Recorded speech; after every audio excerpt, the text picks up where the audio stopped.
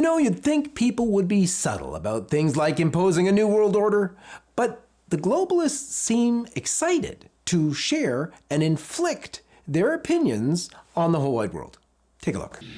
As one of the top military people said to me in a secure meeting the other day, 60 million people died between 1900 and 1946. And since then, we established a liberal world order, and that hadn't happened in a long while. A lot of people dying, but nowhere near the chaos. And now is a time when things are shifting. There's going to be a new world order out there, and we've got to lead it. We've got to unite the rest of the free world in doing it. So anyway. They're no longer hiding it. They are proud of it. And they obviously believe that the public is actually ready for one world government, to accept it, to embrace it. And believe it or not, they are rather open about actually using the Russia-Ukraine conflict to bring it about. Today, we'll be diving into a conversation at something called the World Government Summit of 2022, and the alarming projections that this meeting will have on our lives. This is the John Henry Weston Show. Stay tuned.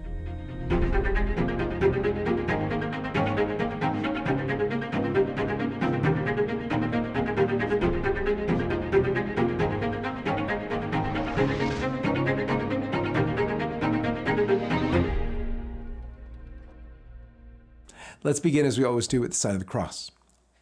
In the name of the Father, and of the Son, and of the Holy Ghost. Amen. So, the World Government Summit 2022 was held in Dubai from March 29th through 30th, and featured a number of panels and speeches that discussed economics, aviation, digital currency, and all of these topics were related to the situation in Russia and Ukraine. And as each talk unfolded, the concept of a new world order emerged as the dominant theme. This conference is full of the people behind the curtain, the movers and shakers that guide the world leaders. One of the panelists was Dr. Frederick Kempe, who is the president and CEO of the Atlantic Council, and that's a group which actively pushes a new world order. The council has prominent globalists on it like Henry Kissinger. The Atlantic Council chairman is John F.W. Rogers, the executive vice president and chief of staff and secretary to the board of Goldman Sachs. And its founder is millionaire philanthropist Adrian Arsht. So you get the picture. So let's start with a look at what Dr. Kempe says about world orders and the link to the conflict in Russia and Ukraine. World orders are that a group of countries across the world agree to a set of rules, and they agree to play by them. The second is there's a balance of power so that no power feels that it can subjugate a neighbor. That's what we've lost in Russia. There wasn't a balance of power. Europe decided the age of military power is over. And so Russia is attempting to subjugate Ukraine. But then the third part of this is a consensus that everyone accepts this. It seems that insofar as a country plays by these agreed upon rules, there will be a kind of balance. But according to these globalists, China, the same China that's engaged in genocide of the Uyghurs, the same China that's enforced a one-child policy with torture and forced abortion for the mothers who dare to have a second child.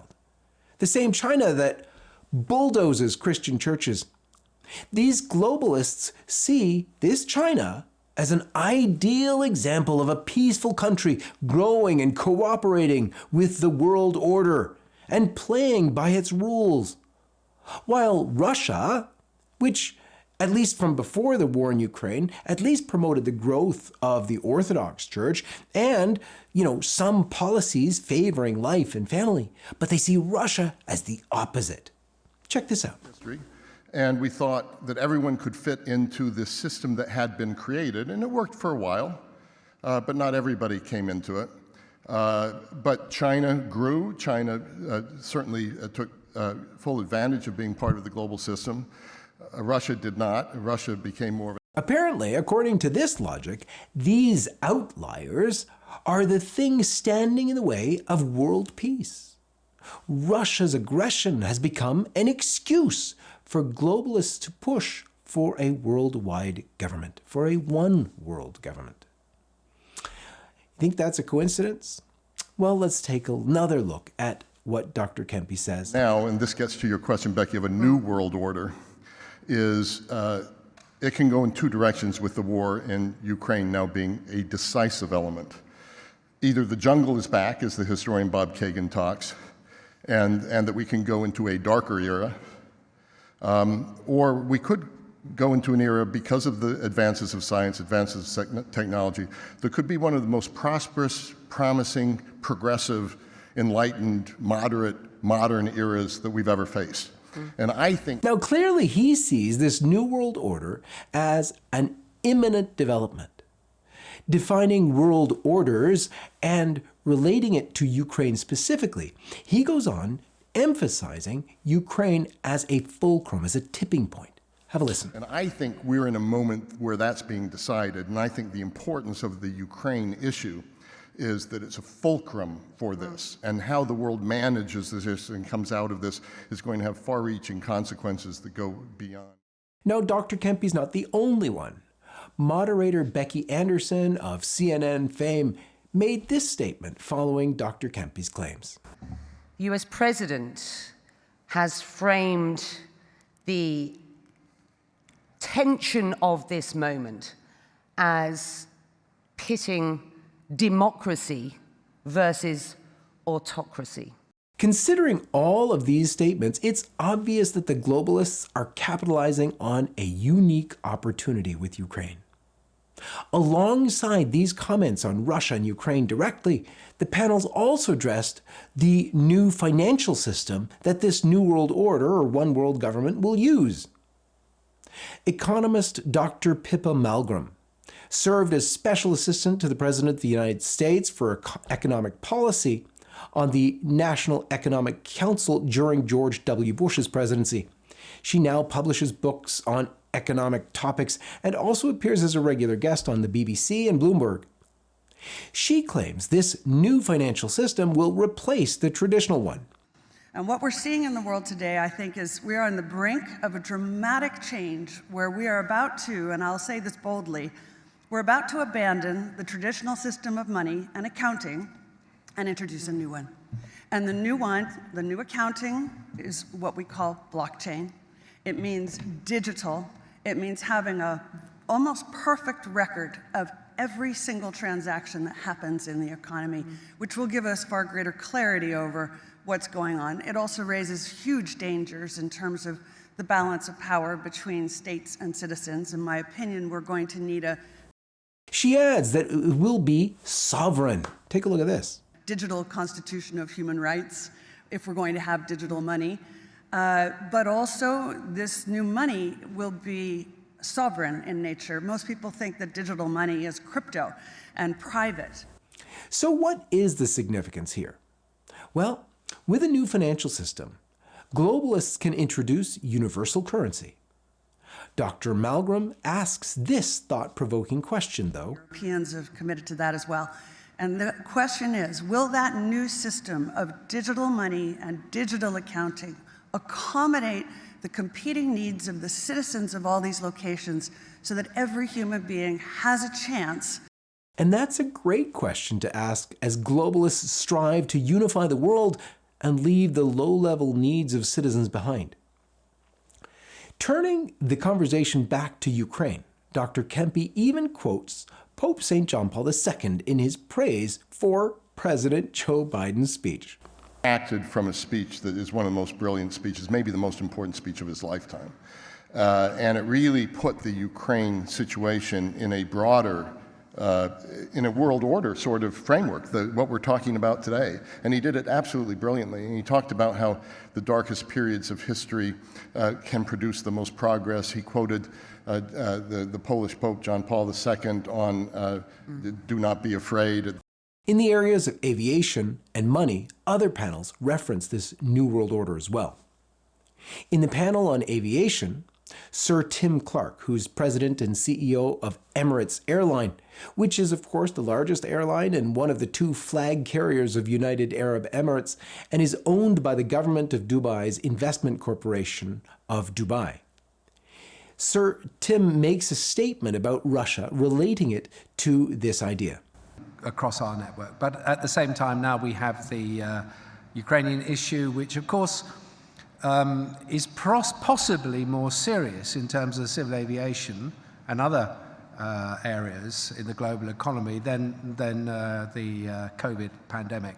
And I say that simply because from a civil aviation point of view, from an airline point of view, the notion that going forward with the what I would call the economic Iron Curtain moving to the east and the exclusion of Russia in the future and its civil aviation power that it has is going to cause a tectonic shift in the way airlines and the aviation business goes about. So it's interesting how COVID-19 and its related issues have nearly disappeared in the wake of the new convenient catastrophe going on in Ukraine.